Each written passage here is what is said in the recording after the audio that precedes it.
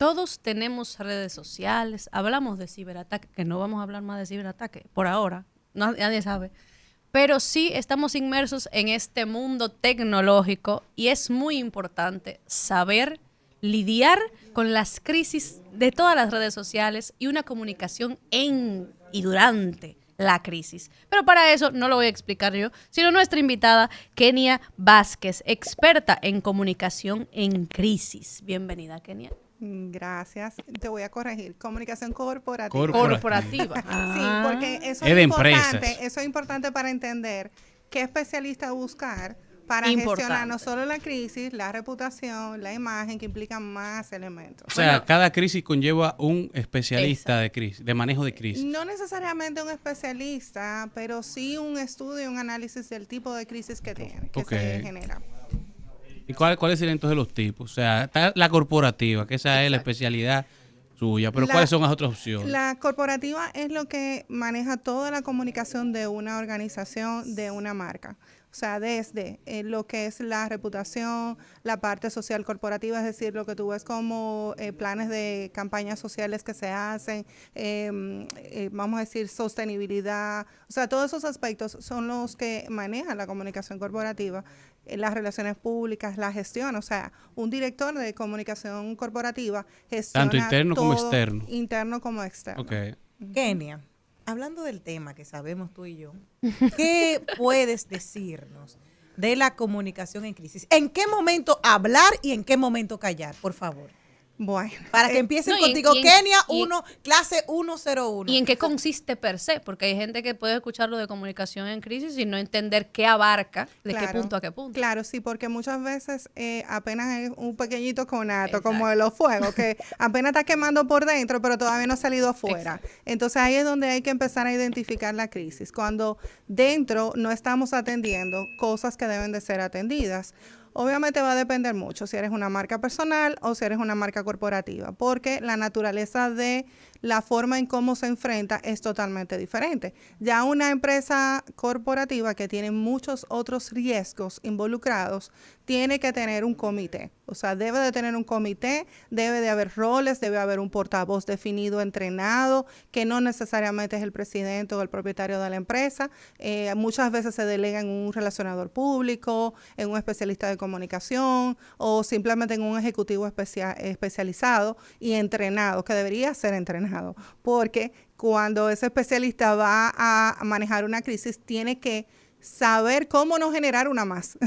Porque muchas veces lo que hacen es que la aumentan, porque una palabra tiene un impacto enorme y puede cambiar. Exactamente. Entonces ahí es donde empezamos a identificar la crisis. Primero atendiendo aquellas cosas de manera preventiva, es decir, cuando empiezan a darnos señales. Muchas crisis se dan de repente porque tú recibiste una comunicación y esa comunicación no le diste respuesta.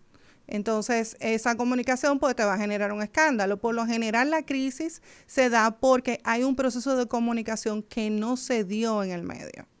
En el caso de Carla Álvarez, que es un caso que tenemos reciente, de una influencer con más de 600,000 seguidores. Y que luego una marca personal. Una marca personal y que le llegaron a tumbar la página, como dijo aquí Juango. Queremos saber dónde estuvo el error. Para que la gente sepa. En resumen. Por favor. Bueno, la verdad es que yo tendría obviamente que analizar el caso en particular, pero ¿qué es lo que suele suceder? Hay muchas ocasiones que son temas de plagio, temas de... ¿Sí? ¿Conoces el caso? No, el caso de ella en particular no lo conozco. Claro, por favor. Un resumen, ella, por lo que pasó en Jet Set, la gente le pedía que publicara en sus redes sociales sus cosas, y ella automáticamente dijo en las redes, bueno, yo no soy noticiario para hacer ese tipo de cosas. O sea, pedían que fuera una voz de apoyo, que mencionara. Y ella lo que hizo fue que se negó, dijo, no, yo no soy noticiario para hacerlo. A raíz de eso, entonces... Pero se grabó, lo publicó. A raíz de eso, ella lo que hizo fue, la gente lo que hizo fue rechazarla y decir que cómo es posible que una gente solamente se dedique a vender una vida ficticia, de todo es perfecto y todo eso. Y luego entonces, de que la crisis se agudizó, ella salió con un video donde aparentemente lo que la gente percibió es que ella no tenía emociones y que trataba de justificar lo que básicamente Ya había, había hecho en principio. Ella quiso hacer un video de disculpas, Ujú. pero la gente no lo comprendió de esa Exacto. manera, sino que lo vio como que la pusieron ahí obligada y ella estaba molesta y al final se terminó Era como el mal ya había justificando. estado hecho y Luego ya no hay de ahí manera de entonces apagarlo. ya ha venido la bola de nieve que desapareció y le tumbaron la página. Resumen.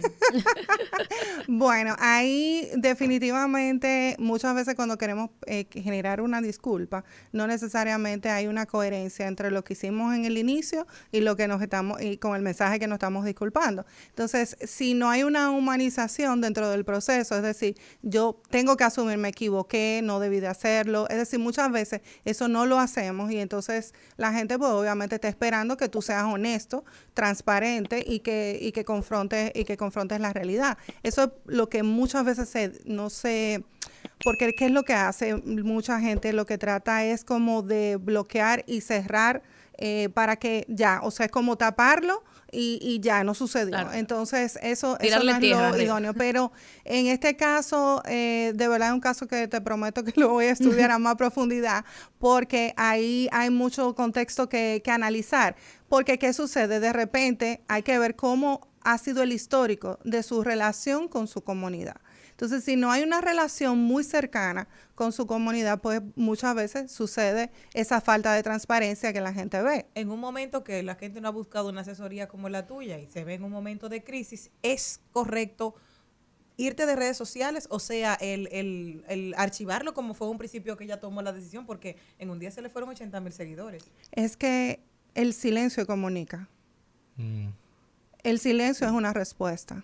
Entonces, ese es el error más grave que tú intentas hacer. Vuelvo y pongo el ejemplo del fuego. Imagínate que se te está empezando a armar el fuego y se te está yendo de control y tú, como no entiendes cómo apagar el fuego, le echas de todo y lo que hace que el fuego sigue creciendo para los lados. Entonces, esas acciones, eso es lo que hacen, generar el fuego mucho más allá del control que ya tienen. Entonces, básicamente lo que yo recomiendo en ese caso, vuelvo y digo, no he analizado todo el contexto, porque para darle una respuesta a una crisis hay que analizar todo lo que ha sucedido antes, durante y después. O sea, ya esa crisis se fue de control. Entonces, muchas veces lo que uno recomienda es hacer una pausa, comunicar oportunamente, ser honestos y transparentes en el proceso, pero no archivar.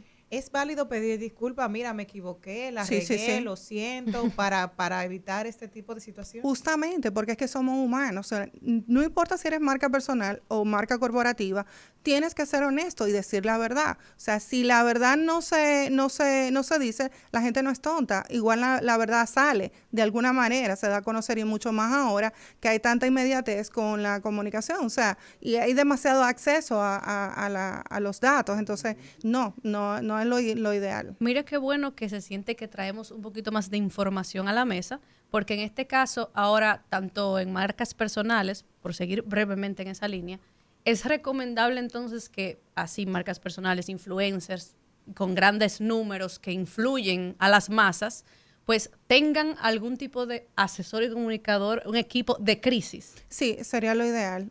Sería lo ideal que como te digo, analizar la crisis, porque cualquier aspecto que tú tomes una decisión, la vuelve más grande y la puede empeorar. Entonces, lo mejor es tú tener un experto. Cuando tú estás enferma, tú vas al médico. Tú tienes que buscar un especialista. Entonces, muchas veces, y con todo el respeto, porque yo también soy comunicadora de base, o sea, yo soy periodista de carrera, muchas veces se busca un comunicador porque sabe comunicar, pero no necesariamente el comunicador es igual que el médico. Un médico se hace un médico general, pero un cirujano es el que puede operar. Entonces, es lo mismo que pasa con el tema de la comunicación, porque es muy dada, muy básica, o sea, todos la tenemos, se asume que todo el mundo puede afrontarlo, y no. Todo lo contrario. Hay una especialización para todo. Sí, incluso, mira, hay muchos temas que están alrededor de una crisis, que incluye aspectos legales. Entonces, por eso es que lo que se debe de hacer es formar un comité, analizar a cuáles expertos yo necesito dentro de mi crisis para que todas esas voces expertas se consoliden en una sola narrativa, en una sola voz, que es lo que hace el especialista de comunicación corporativa, analizar el contexto, cómo oportunamente se puede comunicar, entender la audiencia que tienes, cómo entiende y procesa la información esa audiencia, porque ¿qué pasa con muchas influencers que tienen audiencia de todo tipo? O sea, yo no estoy trabajando una comunicación necesariamente gestionada, o sea, yo no necesariamente tengo un producto en donde estoy segmentando, en donde tengo una audiencia depurada. Aunque estemos en redes sociales, podemos tener una audiencia depurada por los temas que manejamos. Entonces, el influencer maneja masas y maneja todo tipo de audiencia. Entonces, que se te vayan 80,000 seguidores no son las personas que tú tienes que tener ahí. O sea, esa no es la crisis. La crisis no es que se te vayan los 80,000 seguidores. La crisis es que tu reputación, tu credibilidad y tu imagen se vaya al piso. Que es tu modelo de negocio en ese caso. Exactamente. Pero entonces, a nivel interno en una empresa, ¿cómo se ve la comunicación corporativa? O sea, si hay una crisis interna, ¿cuál sería el proceso de trabajarla? O cómo ellos identifican que ella es una También. crisis. Porque yo, tengo el comité, pero cuando yo digo, Aquí hay un Vengadores, Hay que activarla. únanse, que tenemos un problema.